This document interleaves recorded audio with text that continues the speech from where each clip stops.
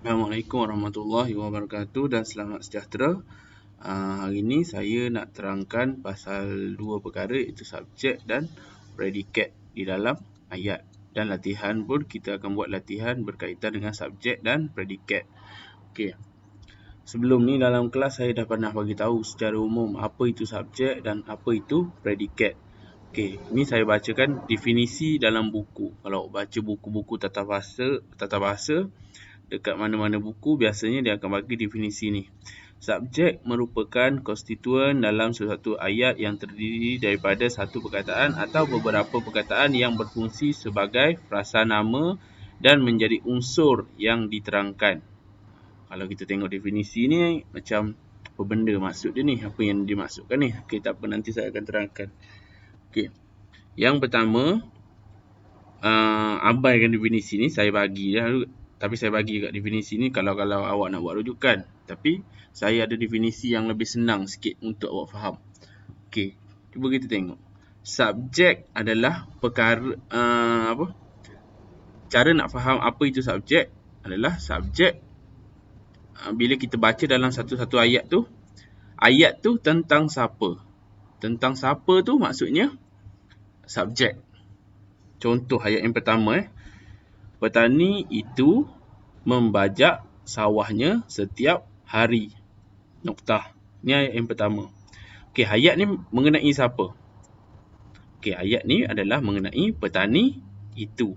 Jadi petani itu adalah subjek dan selebihnya tu adalah predikat. Okey. Predikat ni erti kata lain cerita dalam ayat tu. Contoh saya ulang sekali lagi. Okey. Petani itu membajak sawahnya setiap hari. Okey. Yang pertama, cerita ayat ni mengenai siapa? Ayat ni mengenai petani itu. Jadi petani itu adalah subjek. Membajak sawahnya setiap hari. Jadi ceritanya apa? Ceritanya dia membajak sawahnya setiap hari. Okey, jadi itu adalah predikat. Okey, kita pergi ke ayat yang kedua. Contoh Samsul menjawat jawatan baharu di syarikat ayahnya. Samsul menjawat jawatan baharu di syarikat ayahnya. Okey, ayat ni mengenai siapa? Ayat ni adalah mengenai Samsul. Jadi Samsul adalah subjek. Dan yang selebihnya ni adalah predikat. Menjawat jawatan baru di syarikat ayahnya ni adalah predikat. Okey, kita pergi ke ayat yang ketiga. Anak Pak Hashim yang tampan itu menjadi guru sementara di sekolah kebangsaan Langgar. Anak Pak Hashim yang tampan itu menjadi guru sementara di sekolah kebangsaan Langgar. Okey, dalam ayat yang saya gariskan ni, okey, ayat ni mengenai siapa? Kalau kita baca, ayat ni mengenai anak Pak Hashim yang tampan itu.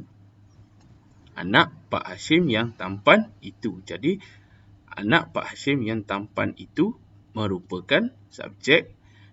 Menjadi guru sementara di sekolah kebangsaan Langgar adalah predikat dalam ayat ni. Senang saja. Okey, yang keempat, contoh yang keempat. Rumah kediaman yang baru dibeli oleh Badrul terletak di Kampung Mawar dalam daerah Bacok.